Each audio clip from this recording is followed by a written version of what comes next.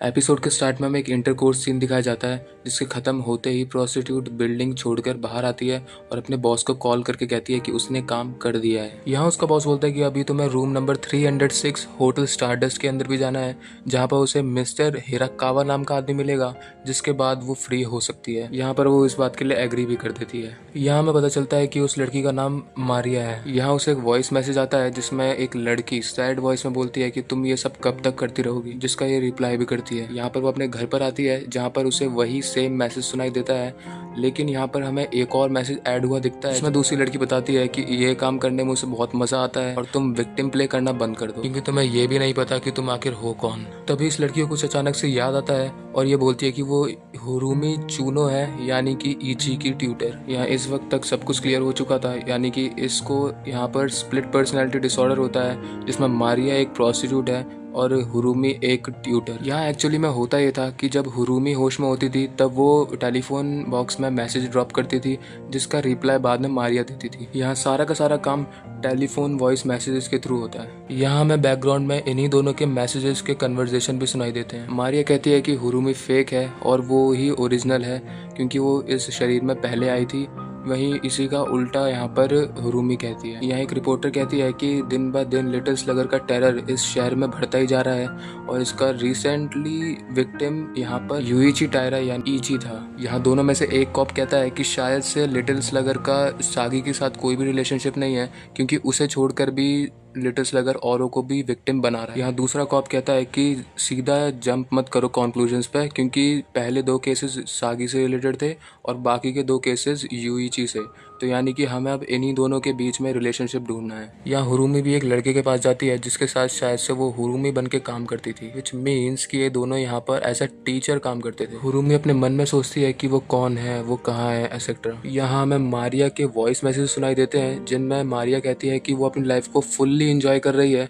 और उसे परेशान मत करो। यहाँ पे हमें मारिया के काफ़ी सारे क्लाइंट्स भी देखने को मिलते हैं। यहाँ अगले सीन में हमें हुरुमी डॉक्टर के पास बैठी दिखती है जहाँ पर वो डॉक्टर उसे कहता है कि अभी अभी उसने मारिया से बात करी है, जहाँ मारिया बताती है कि उसे पता है कि वो दिन ब दिन फेड हो रही है पर इस बात से उसे बिल्कुल भी डर नहीं है और हुरुमी अगर ये जान ले कि वो कौन है तो बहुत ज़्यादा खुश हो जाएगी। अगले सीन में हमें हुरुमी उसी पहले वाले लड़के के साथ दिखाई देती है जहाँ पर वो स्ट्रेट अप सीधा शादी के लिए उसे प्रपोज कर देता है। अगले सीन में हमें मारिया अपने क्लाइंट के पास मिलती है जहाँ पर वो क्लाइंट मारिया से उसका पर्सनल फ़ोन नंबर मांगता है, जिस पर वो सीधा उसे मना कर देती है और बोलती है कि तुम्हारे पास उसका बिजनेस फ़ोन नंबर है, वही काफ़ी है। यहाँ पर वो उसे ये भी बताती है कि अब वो क्विट कर रही है और अब वो किसी से भी नहीं मिलेगी। अगले सीन में हुरुमी मारिया के सारे सारे कपड़े और सामान सब कुछ एक बैग में पैक करके साइड में रख देती है। हुरुमी अपने फियांसे के साथ बोट पर घूमने आई होती है जहाँ पर उसे अचानक से किसी का कॉल आता है जो कि उसे स्ट्रेट अप क्लाइंट्स ऑफर करने लगता है। यहाँ हुरुमी पूछती है कि तुम्हारे पास मेरा नंबर कहाँ से आया और मैंने तुम्हें पहले ही बताया था कि मैं अब क्विट कर रही हूँ, जिस पर वो लड़का बताता है कि तुमने कल रात को ही तो कहा था कि तुम अब क्विट नहीं कर रही और तुमने कल रात को क्लाइंट्स भी अटेंड किए थे।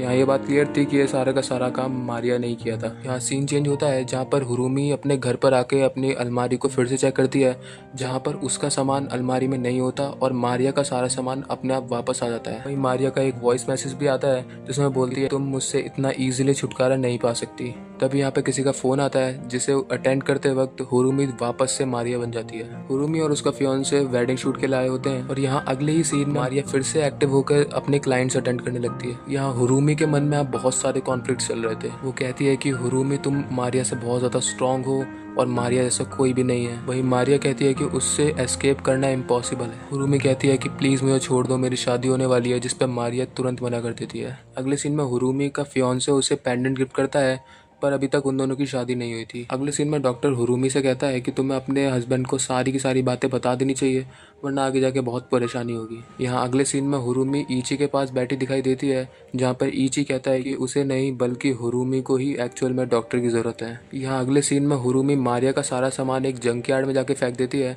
जहाँ बहुत सारे कौवे भी थे कि तभी अचानक से वहाँ पर गिर जाती है और दोबारा से मारिया बन जाती है। यहाँ अगले सीन में हुरुमी का फियांसे उसे बताता है कि लास्ट नाइट वो काफ़ी ड्रंक लग रही थी और ये मारिया कौन है। हुरुमी वहाँ से भागकर टैक्सी में बैठ जाती है जहाँ पर टैक्सी ड्राइवर कहता है कि क्या वो उसे जानता है, जहाँ हमें पता चलता है कि वो भी मारिया का क्लाइंट रह चुका है।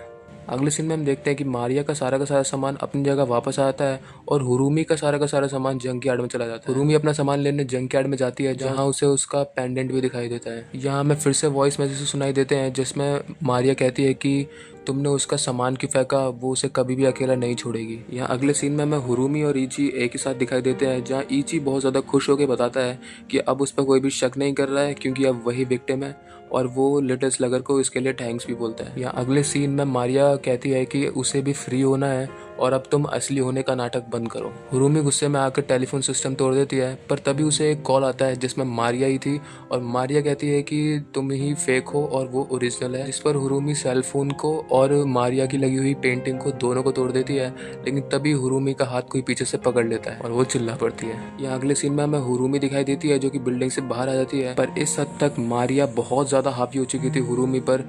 हुरूमी गिड़गिड़ा कर बोलती है कि उसे छोड़ दो, उसे जाने दो, ये सब कुछ बंद कर दो। जिस पर मारिया कहती है कि मैं चाहती हूँ कि अभी तुम और तड़पो, और या अगर तुम चाहो तो मैं तुम्हारी अभी सारी की सारी सफरिंग्स खत्म कर देती हूँ हमेशा के लिए। तभी हुरूमी को ईची की बात याद आती है जिसमें वो बोलता है कि लिटिल स्लगर ने उसे फ्री कर दिया। तभी अचानक से लिटिल स्लगर हुरूमी पर भी अटैक कर देता है और टेलीफोन सिस्टम से आवाज आती है कि सारे के सारे मैसेजेस अब डिलीट हो चुके हैं। अब अगले सीन में हमें हुरूमी अपने फियोंसे के साथ हॉस्पिटल में दिखाई देती है, जहाँ बाहर दोनों कॉप्स भी खड़े थे।